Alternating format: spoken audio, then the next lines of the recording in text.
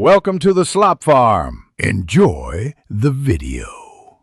You begin by going straight to the sign-in flow at Account, Microsoft, Com, or the Outlook sign-in page. This starts the reset. Once there, choose Forgot My Password and enter the email address you use for Outlook so Microsoft knows which account to verify. Make sure you have your recovery phone or secondary email nearby because you will receive a code. You do this now to prove ownership. Without those recovery options, verification takes longer and may require extra identity steps.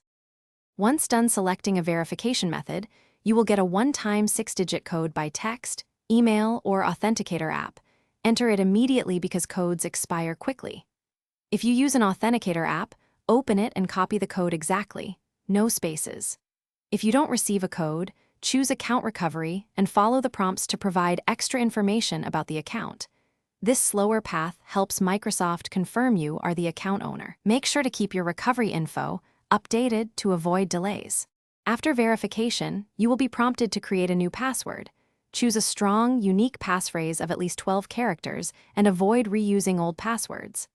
Once changed, make sure to update saved credentials on your phone, mail clients, and any connected apps so sync resumes.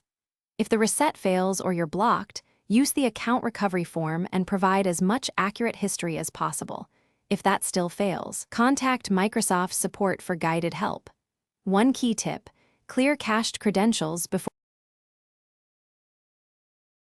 Thanks for watching. Consider subscribing if we helped you today.